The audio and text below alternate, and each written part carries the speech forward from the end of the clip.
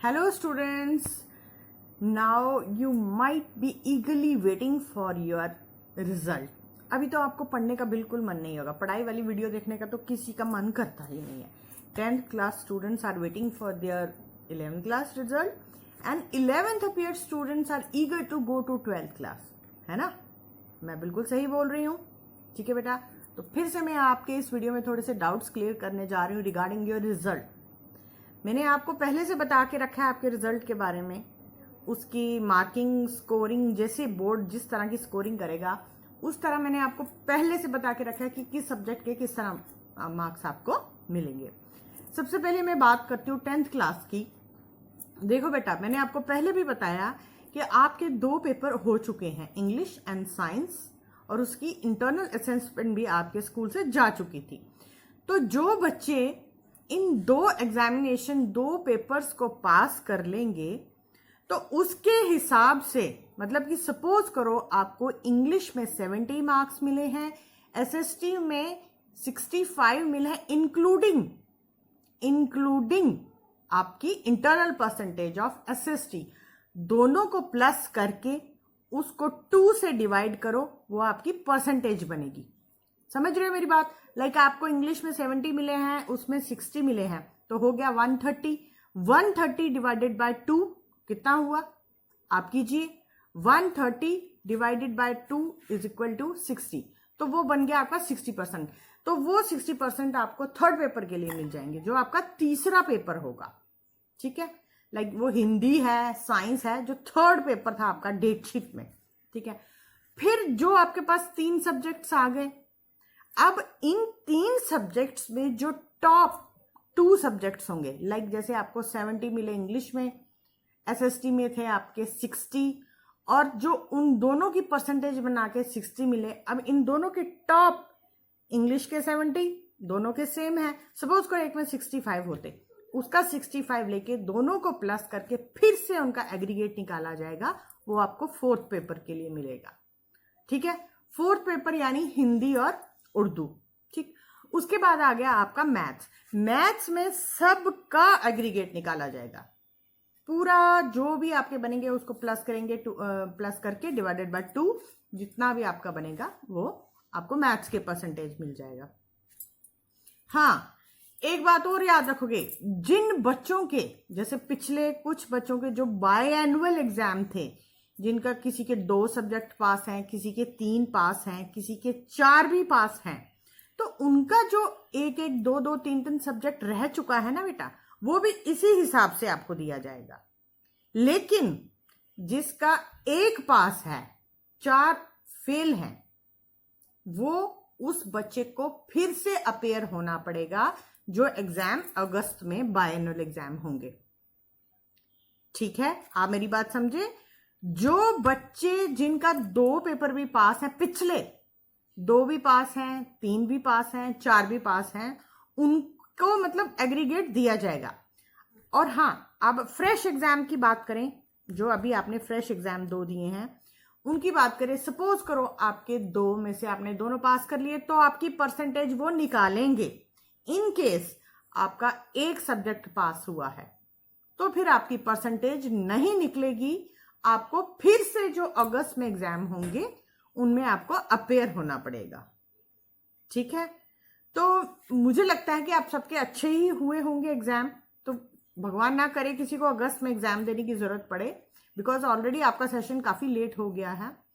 और रही बात 11th क्लास के स्टूडेंट्स की, जिनको permission cards plus admission cards मिल चुके थे, रोल नंबर स्लिप्स मिल चुकी थी, उन बच्चों का, उनका जो है, उन्हें अगली क्लास में जाने का चांस दिया जाएगा. उनके साथ भी अब देखिए, जैसे कुछ बच्चे हैं 10th के, मैंने जैसा क्राइटेरिया आपको 10th का बताया, 11th ऐसा ही है. जो फ्रेश कैंडिडेट है ना, फ्रेश वालों को अभी जैसे ये रिजल्ट, रिसेंट रिजल्ट निकलेगा, इसमें अगर आप 1 पास करते हो तो फिर आपको दोबारा देना पड़ेगा. इनके सामने दोनों की फिर आपका परसेंटेज निकाल लिया जाएगा.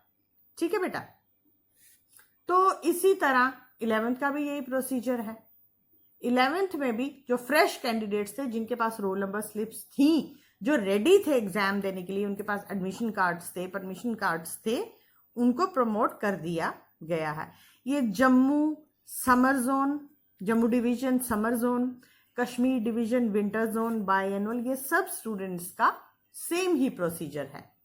ठीक है बेटा, आप समझे मेरी बात को? इन सब का प्रोसीजर सेम ही है, क्योंकि इस टाइम बड़ा बच्चों के दिमाग में बड़ा हौच पौच चल रहा है कि पता नहीं कैसा रिजल्ट आएगा, क्या बनेगा, किस तरह परसेंटेज निकलेगी। और हाँ, जो आपका साइंस का प्रैक्टिकल्स हैं उनकी परसेंटेज आपकी थ्योरी के बेसिस पे आपको परसेंटेज निकाल ली जाएगी। ठीक है, तो आप दुआ कीजिए, प्रे कीजिए भगवान से कि भगवान जी हमें दोनों पेपर्स में अच्छे मार्क्स दे दीजिए, ताकि उनके बेसिस पे आपकी बाकी जो 3 सब्जेक्ट रह गए थे उनकी परसेंटेज निकाल ली जाए। ठीक है, तो बात और आपकी जो एग्जामिनेशन डेट है, रिजल्ट, एग्जामिनेशन रिजल्ट की जो डेट है बेटा, वो most probably in the first week of July और सेकेंड वीक ऑफ जुलाई। बस अब ये लास्ट एंड फाइनल है कि यहाँ आपका फर्स्ट वीक ऑफ जुलाई में रिजल्ट आ जाएगा या सेकेंड वीक, क्योंकि मैंने आपको बोला कि देखो बेटा बहुत मुश्किल प्रोसीजर है ये। अगर आपने पूरे पेपर दिए होते तो पूरे टीचर्स को बुला के हर अलग अलग सब्जेक्ट्स के आपके वो चेक कर लिए जाते और आप का रिजल्ट बड़े मजे से जैसे वो निकलता है निकल जाता। लेकिन ये प्रोसीजर बहुत मुश्किल प्रोसीजर है। ठीक है ना।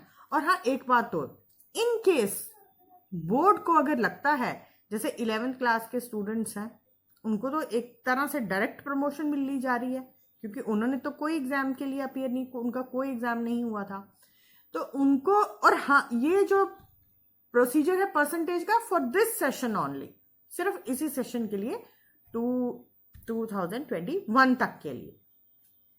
अगर आप बोर्ड को लगता है कि जो ये बच्चा आगे प्रमोट किया गया है 11th से 12th में या 10th से 11th में, अगर उन्हें कहीं पे भी किसी गड़बड़ का अंदेशा लगता है कि यहाँ पे ये बच्चा जो था एलिजिबल नहीं था, इसका कोई लूप होल रह गया है, या उसका कोई मीन्स कि उसका कोई थोड़ा सा ड्रॉबैक उन्हें दिख जाता है, बोर्ड को पूरी परमिशन है वो आपकी जो आपने एडमिशन ली है उसे वो कैंसिल कर सकता है।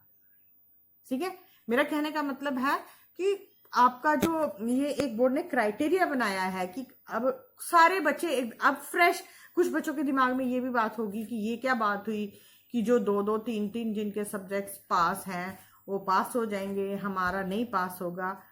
उन्होंने उनका अपना एक उन्होंने क्राइटेरिया बनाया है बोर्ड का। जो फ्रेश रिजल्ट निकलेगा, जो मैं आपको बोल रही हूँ कि जुलाई के फर्स्ट या सेकेंड वीक में निकलेगा, उसमें अगर आपका एक पेपर रहता है तो फिर आपको मास प्रमोशन नहीं मिलेगी। फिर उसके लिए आपको एक चांस बोर्ड ने दिया है कि आप अगस्त में एग्जाम होंगे, आप उसमें अपीयर हो सकते हैं। वो भी आपको एक तरह का जो पहले हुआ करता था मर्सी चांस, वो दिया जा रहा है, ताकि आपका जो थोड़ा सा नुकसान हुआ है इस बार वो ना हो और बच्चों का साल बच जाए। ठीक है बेटा, तो आपका रिजल्ट भी अब मोस्ट प्रोबेबली फर्स्ट वीक और सेकेंड वीक ऑफ जुलाई में निकल सकता है। तो बाकी ऑलरेडी मेरी दुआएं आपके साथ हैं, हर टाइम मैं आपके साथ हूँ। रिजल्ट का आप मुझसे बार बार पूछते हो, देखो जैसे मुझे कोई नोटिफिकेशन मिलती है मैं आपको उसी टाइम वीडियो बना देती हूँ, आपके लिए साथ शेयर कर देती हूँ। उसके लिए आपको परेशान होने की कोई ज़रूरत नहीं। ठीक है, तो आप मज़े से घर में रहिए और कोई टेंशन नहीं कीजिए। हाँ, जिन बच्चों का आपको पता, आपको आपका रिजल्ट खुद से पता है, घर बैठे ही पता है, क्योंकि जिन जिन बच्चों के एग्जाम हुए हैं उनसे बड़ा चेकर या एग्जामिनर कौन हो सकता है, क्योंकि आपको पता है कि आपके एग्जाम कैसे हुए। So without any tension, stay safe and stay at your home. Thank you.